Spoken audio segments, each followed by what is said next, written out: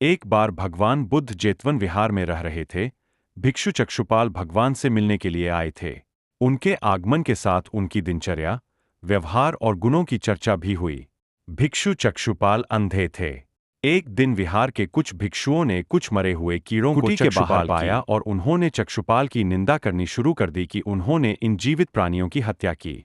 भगवान बुद्ध ने निंदा कर रहे उन भिक्षुओं को बुलाया और पूछा कि क्या तुमने भिक्षु को कीड़े मारते हुए देखा है।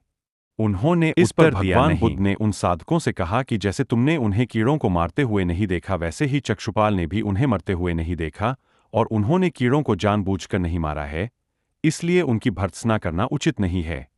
भिक्षुओं ने पूछा कि इसके चक्षुपाल बाद अंधे क्यों है? उन्होंने इस जन्म में अथवा पिछले जन्म में क्या पाप किए? भगवान बुद्ध ने चक्षुपाल के बारे में कहा कि वे पूर्व जन्म में एक चिकित्सक थे। एक अंधी स्त्री ने उनसे वादा किया था कि यदि वे उसकी आंखें ठीक कर देंगे तो उसका वह और परिवार उनके दास बन जाएंगे। स्त्री की आंखें ठीक हो गईं, पर उसने दासी बनने के भय से यह मानने से इनकार कर दिया। चिकित्सक को तो पता था कि उस स्त्री की आंखें ठीक हो गई है, वह झूठ बोल रही है। उसे सबक सिखाने के लिए या बदला लेने के लिए चक्षुपाल ने दूसरी दवा दी। उस दवा से महिला फिर अंधी हो गई। वह कितना ही रोई पीटी, लेकिन चक्षुपाल जरा भी नहीं पसीजा। इस पाप के फलस्वरूप अगले जन्म में चिकित्सक को अंधा बनना पड़ा। प्रेरक कहानी 2, परिश्रम और धैर्य। एक बार भगवान बुद्ध अपने अनुयायियों के साथ किसी गांव में उपदेश देने जा रहे थे। उस गांव से पूर्व ही मार्ग में उन लोगों को जगह, श्रमण, मैं हल जोतता हूं और तब खाता हूं। तुम्हें भी हल जोतना और बीज बोना चाहिए और तब खाना खाना चाहिए। बुद्ध ने कहा, महाराज, मैं भी खेती ही करता हूं। इस पर किसान को जिज्ञासा हुई और वह बोला, न तो तुम्हारे पास हल देखता हूं, ना बैल और ना ही खेती का स्थल।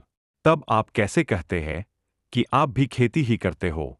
आप कृपया अपनी खेती के संबंध में समझाइए।